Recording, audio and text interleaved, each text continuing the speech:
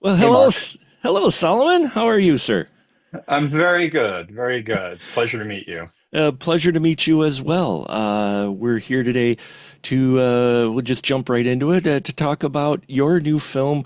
We're Not Safe Here. Now, before we get started, I'll let you know my review hasn't dropped yet, but you're safe here because I enjoyed the film. So, I'm so happy to hear that. if you wouldn't mind just briefly giving my listeners just a brief synopsis in your words, what We're Not Safe Here is about. Sure. I think it's about um, a couple of friends, one of whom has sort of dropped off for a little while. They're work colleagues. She isn't showing up at work, and nobody really knows what's going on with her. So, um, there's a lot of concern. We're not really sure what's going on. And at some point, out of the blue, uh, she calls her friend and says, I really need to talk to you.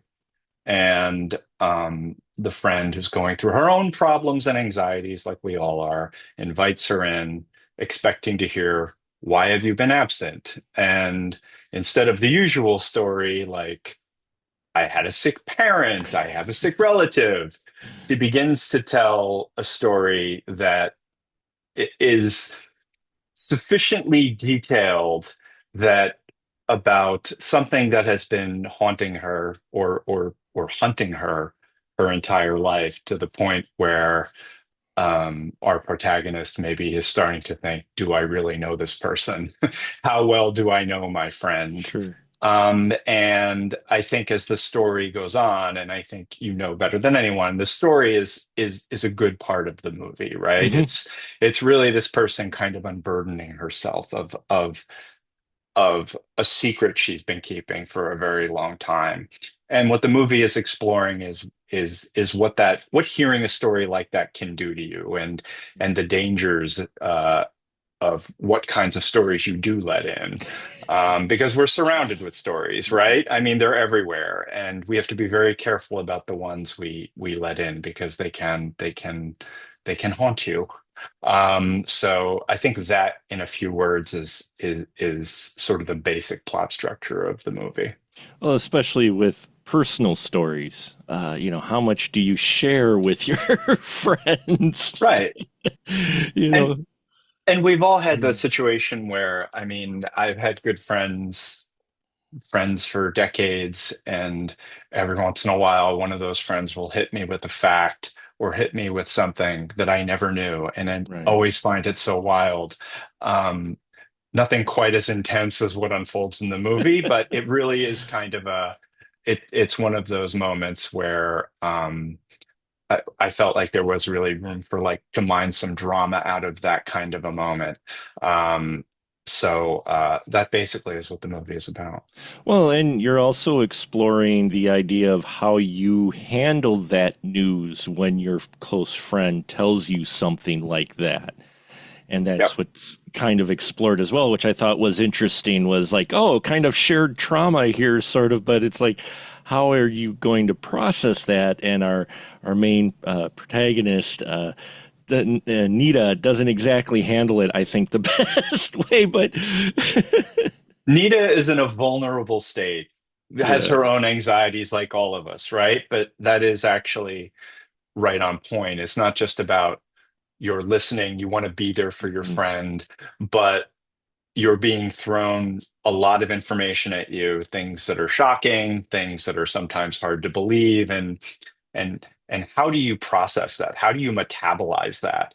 And like you said, Nita, I don't think it's giving spoilers away. She No, doesn't metabolize it particularly well. she she Um, she doesn't handle it well. Why? How dare you unburden yourself with this burden now? And now I'm thinking about it, and yeah. So yeah, it was a very interesting concept. And now this is your first feature, and you had done a short before. What made you to dive right into a feature? Because usually, directors that I know cut their teeth a little bit more on a few more shorts, but you just kind of dove right into a full feature. well, uh, I guess the shorter answer is, I've been writing for a number of years. I've written a number of shorts. And this particular script has been in what, and I've written a lot of features. And this particular script I've been working on for a number of years, and it's gone through any number of passes. And it's one of those situations where you start to write it, and as you take a pass, and as you take another pass, it's like this idea takes hold, and it's like you could make this. And I think that happens with everything that Sure. you write. You try to sort of like you're sort of playing the movie in your head. But this one started to become very specific about not just like, oh, you can make this, but oh, this is sort of visually what you would like it to look like. Here's what the color scheme would look like. Here are the types of actors who I think could be really good in these roles. And it starts to develop this momentum, and then the next thing you know, you're driving to Louisville during the pandemic and thinking, what have I gotten myself into? But I mean, it's sort of it's a type of thing. It does sort of take hold slowly and Sure. starts to sort of grow. I think it probably took root maybe a little bit before the pandemic. And then Mm-hmm. during the pandemic, it really started to take hold. Maybe it was the isolation. Maybe I went a little stir crazy. It's like I could make this. Yeah. So I think it really was about it was a really I felt like this was the type of story that I thought would be it's a little something that I felt like I could handle because Mhm. I thought a lot of the limitations like could be things that I could mine and do fun things Sure. with. Like I do think it is sort of a contained large portions of it are contained. It opens up a little bit in the second half, but I just got really interested with the idea, like, okay, how can I bring this to life? And that's when we started putting the team together. And as you, I, sounds like you agree, it's like it was a pretty amazing team of people, and they did a really amazing job of erasing my mistakes and making it looks pretty good. So Make it I'm look very indebted to them. well. You've got two really strong leads in here. Sharmita, I hope I get this right. Bhattacharya, uh, Bhattacharya, I Bhattacharya. believe. Thank Yes. you, Yeah. Bhattacharya. I was close. I was Yeah. practicing it earlier, but you've got Sharmita Bhattacharya and Haley McFarland. And since it is a small cast, a contained story, you really have to rely on your two leads to carry a lot of the heavy load of the film and the acting. How did you come about picking your two leads? I mean, what what I'll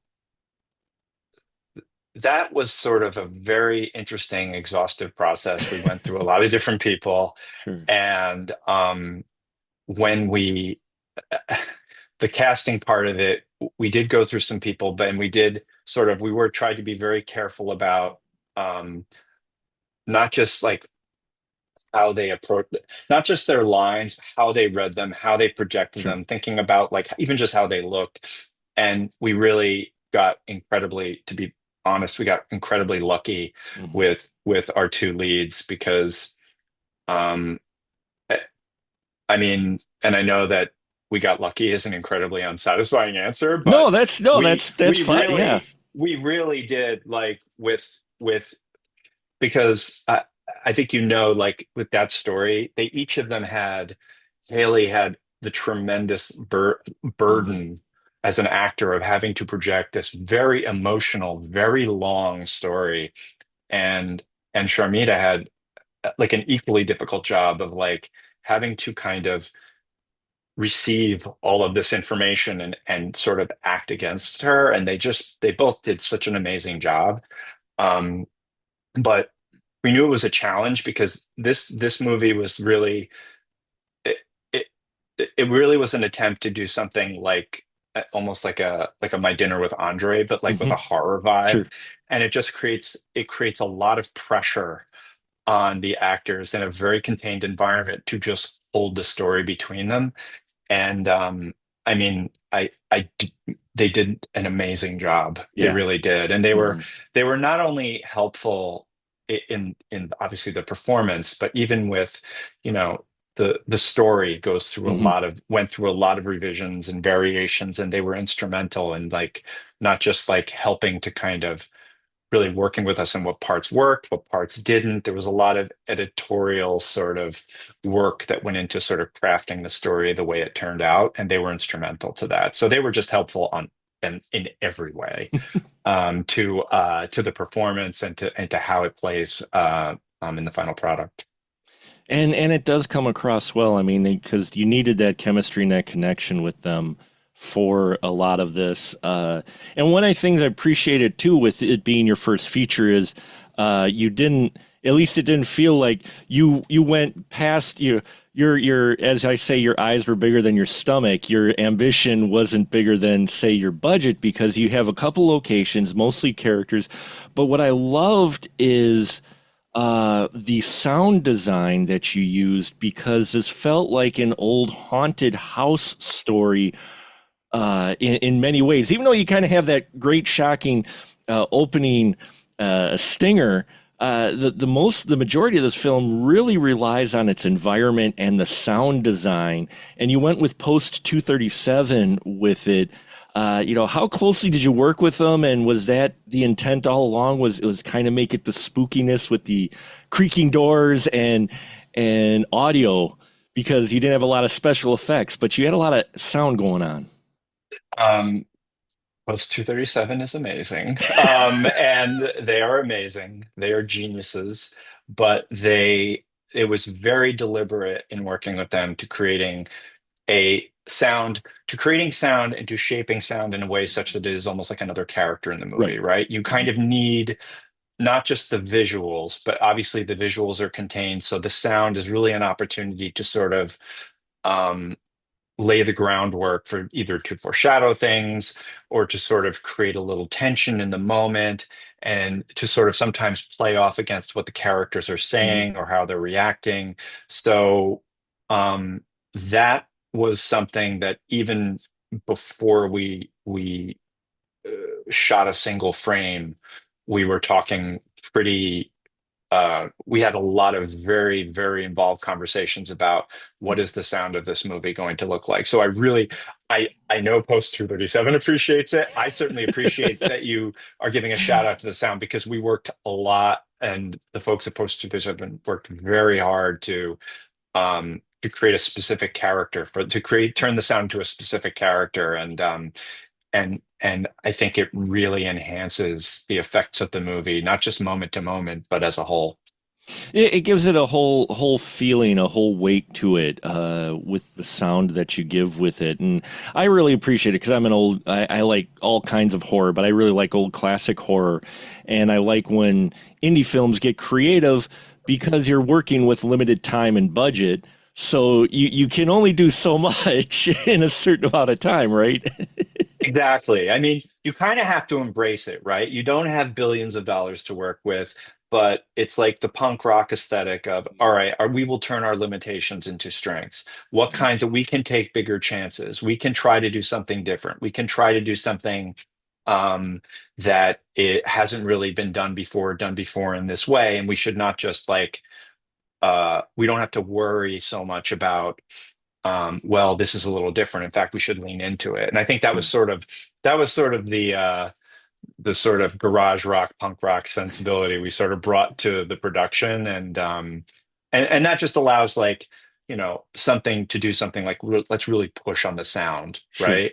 Not, I don't think it's particularly that was sort of what we talked about, because I don't think we really pushed to make it like over the top. It was sort of No. like Mm-mm. subtly sort of weaving in sounds here and there that really can just enhance a mood and almost kind of um, uh, provide like punctuate moments in Sure. ways that so they can really land, and like the folks at Post 237 was instrumental in creating all of that. So they're amazing. Yeah, and I appreciated that quite a bit. I thought it adds atmosphere to things, especially and as things go on, it enhances the visuals, always does, and the scares too, because you're going to react to something. There's a reason why jump scares also have a really loud stinger sound along with it, because if you just had something flash in the screen, you're just like, oh, but you get that that effect Yeah. of the sound, and you're just like,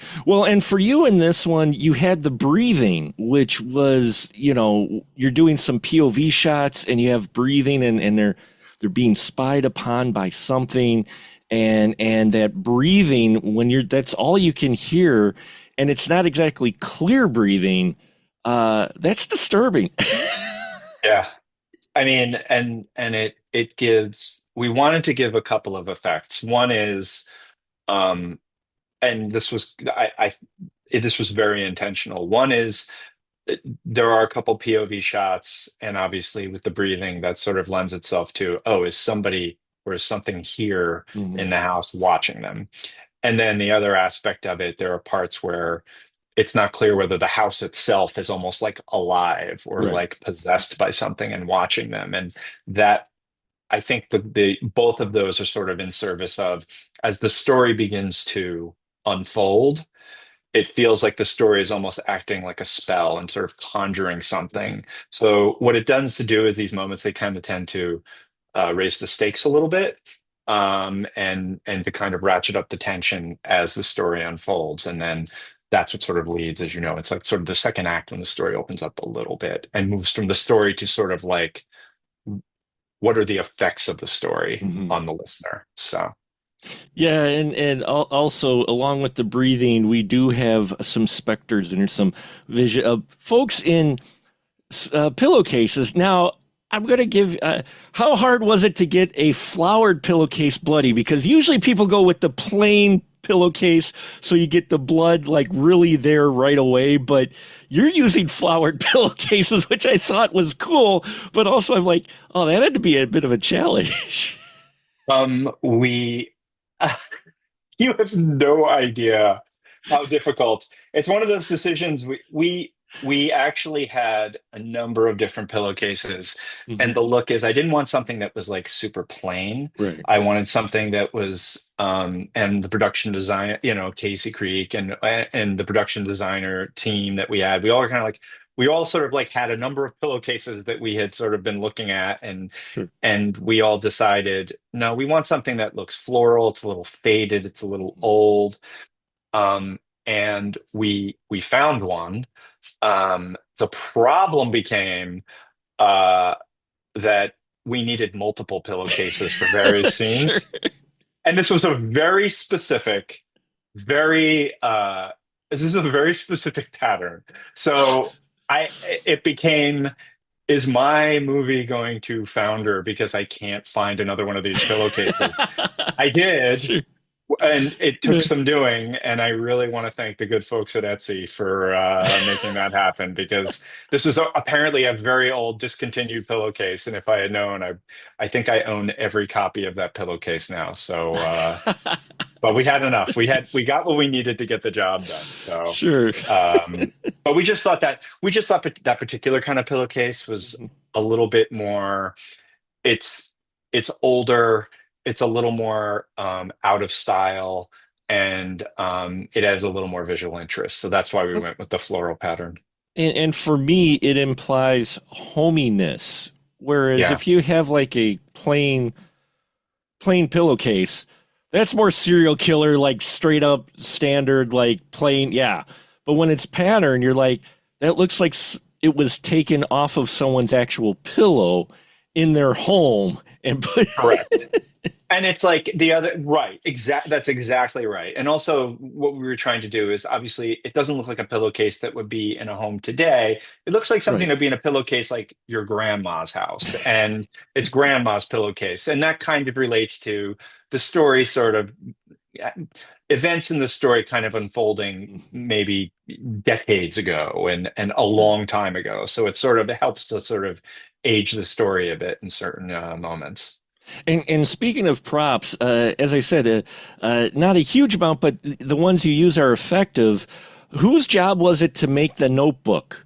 Because that had that I was like, wow, every page there's this Yeah. essential prop, and it's like, oh, that's just a basic picture. And you're just like, fine. And I'm like, there was a lot of work put into that notebook. Casey Creek did an amazing job. The bad handwriting is mine. The slightly better handwriting is Casey's. But yeah, Uh, we basically had to reproduce, and yeah, we both sort of collaborated on some ideas, and they do also sort of, if you're, they're we sort of flip through it very carefully, very sure, quickly, but if you like were to hold on it, it sort of relates back to certain parts of the story as she's telling sure. them in passing. Hmm. So the idea is, though, we really needed to convey the fact that she's been writing in this book and a number of other books for a long time, but yeah, that was a lot of writing. That was an evening. I live at this table writing these pages, and And like you it said, like you said, it had to match the continuity of your script of stuff that she's talking about. You can't just put random words in there. It's kind of got to fit, otherwise people will notice. Like, it's and got to fit, and it's got to fit in a certain way, and it's got to convey a certain emotional state of mind. And it's one of those like good lessons for like, it's easy to write this stuff, but then you direct a movie and someone's got to like make it mhm. appear. So that was although I like the way it turned out. I like the kind of Yeah, book we used, and it's like, but it's just that kind of it's it's nice that you sort of that you clocked it, because it's sort of one of those details that you work really hard on, and I guess it's successful if someone either notices it or or they don't doesn't. notice it in a bad way, Right. right? So yeah, Yeah. that was definitely an evening at the table with a couple of pens. It's like when I every time I watch Seven, when they go through the notebooks of Hmm. John Doe, I'm like, what intern did they give that to? Yeah, Right? that tiny The cramped little tiny lettering. print Yeah, exactly. notebooks, and it's not like one page; it's like many pages, and you're just like, Yeah. uh, so. So, how long did you have to shoot this film? We shot it in about a couple of weeks. Mm, So it was a pretty brisk schedule, sure. but we we had we had surprisingly good luck, is Hmm. what I'll say, in the shoot, in that the days were long, but we had a good plan. And we the one thing I remember about the shoot is we had our last day was the outdoor day, Mm. and we it was a night shoot, so we finished very early in the morning, and I knew that we all knew there was like a huge snowstorm coming, and we were all bracing for it. And Sure. I got out of there. I think I basically like escaped the snowstorm chasing me as I was driving back home to New Jersey. And Sonny Molly, the producer, I think he was stranded there for like a couple extra Oh days, and man. but I mean, we got our last shot, Mhm. and in that sense, I there were a number of things that could have gone wrong, but I also think it helped because so much of it was indoors, Sure. that we at least had a little bit of a controlled environment to work with. So that much was a blessing. We had very good luck there. Very grateful. Yeah, including a couple of shots. There's were a couple early shots where you have some nice fog in the streets for your sit. I'm like, you We gotta. love that. We love that. We love that. I can't even tell you. It's like we couldn't have, like, do you know how much look at this production value that Right. nature has provided us. Yeah. Where that and for those who will see it, and I hope you all will, there's a scene where a car is like coming up over a rise at night, the headlights first, and there's like this misty fog that's sort of and the lights playing off it, and it's just beautiful. And we just again got very lucky, because if it had started pouring, that's a whole different kind of vibe and not a particularly good one. But we had this cool, again, sort of going back to what you said, that's almost like it almost has like an old timey Hmm. haunted house movie kind of vibe with the misty, foggy. We didn't write it, but we certainly took advantage of it. I was wondering about that. I'm just like, wow, they lucked out Yeah. because I'm watching that going, yeah, no, that's not a Foxy. They just happened to shoot some fog. They had we some. we got a very lucky bank of fog, and we were all like, as we were shooting it, saying, I can't believe our luck with this. And we all loved those shots, and we were very happy to include them. And there was another shot in here, and it's probably just my imagination going on. But there's one shot I think where we have our main character. She's going up to the house to the old house that her friend was telling her about because she's like, "Nope, I'm going to go check this out." And Right. I swear there's a shadow that looks like a hand Yep. coming after. I I am so happy you pointed that out, because also just one of those there every once in a while. I mean, that's what's kind of fun about, like, shooting a movie is a lot of work, a lot of fun, and Mhm. there are a lot of unhappy accidents that happen. And part of the, is like trying to kind of, it's like, I don't know, it's Sure. like bull riding. You're just like hanging on in a sense, like you just got to keep the ride going. But there are also these happy accidents, and that was one that, like, that was, again, that was the final night where Nita is coming around the Yep. house, and she just points the flashlight in such a way that this giant creepy hand just projects against the wall. And obviously I couldn't have been more pleased. I was like, yeah, I totally meant to do that. Yeah, I That's a totally. happy accident. Yeah, And we we no. we we were like, and trust me, in post we were very committed to, like, we have to find a way. Whatever else we keep, we need to see that hand because it's cool. But those kinds of things pop up all the time, and Sure. it is fun in the moment. And Hmm.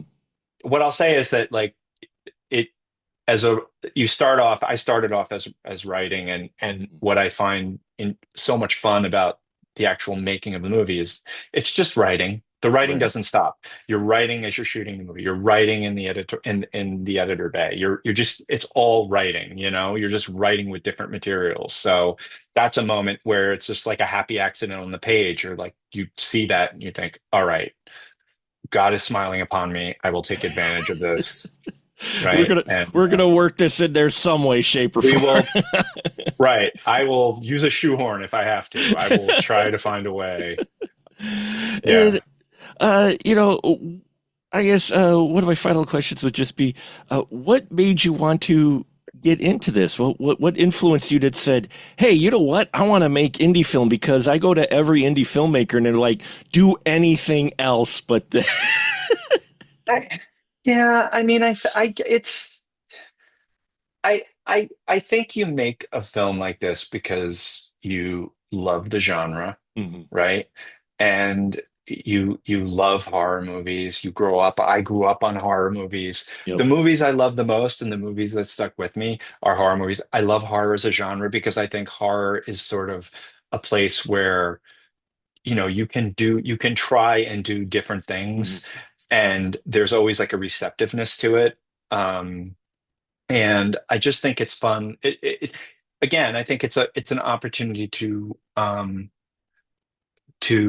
try to expand what the genre is. Mhm. Again, making an indie movie is like a, hey, maybe we can try something different, and people will enjoy it, and people will get excited by it or see the possibilities of it. And that to me is what's really exciting, and what is really what motivated me Mhm. to make this movie.